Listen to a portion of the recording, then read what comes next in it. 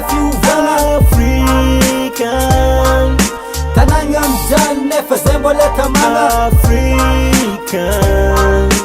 Madagasikara io tanindrazako African Nosy kely nosy tsara kifeko agnaty fô asa mbô tsapanao matsika tiny tsy mivoatra ko tsy aviany fagagagna minatsika vankoatra zay hitaniany hoanigniniany tsisy mpamaly zay magnontany fiainagnatsika niga mikorotana ambony ambany zay mitondra meny posy ny raserany koa misy magnontany vahoaka anjovy valy anoetsy aferany fotsy mena metso raha lalokony sainako tsy megatra tsangagnoiza gasy mirapy mandra-piaignako jamala toaka vola viavy manimbatsika tsy atagna va aolagna amirendriky tsisy fika tsewe ino atô tsewe ino akô fa niatifika raha vo ozy orkestra andeha atô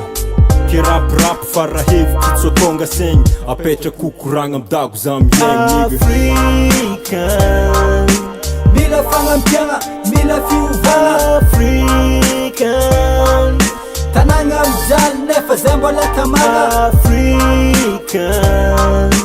Madagasikara io tanindrazako African Nosy kely nosy tsara kifeko agnaty fô nagnina atsika gasy basy feno fitiavantegna managna fôny managna me mijady reo klema finagitra angalataka tsy mba ampiasa saigna atsika zay mitondra loko metsy fotsy mena gasy araiky mitambatra araiky asiava araiky ndoa gasy mbola manitra ifaza mba hifoha ifaza mba mpandosy firenena miadagna ambony jaly nosy kely asikary madaty tiako volagny tsy normal tsy arakaraky fanankariagna zavatra miboaka vola tsy tafiditra ariagna fô mitsoaka asa lay ambony sa asa lay ambany matonga malagasy mikoko ny vilagny fitiavantegna manjaka ny marigny tsy talapa mijaly voadaka ke lasa voabaraka African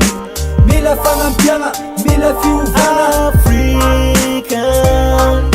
tanagna mijaly nefa zay mbola tamagna African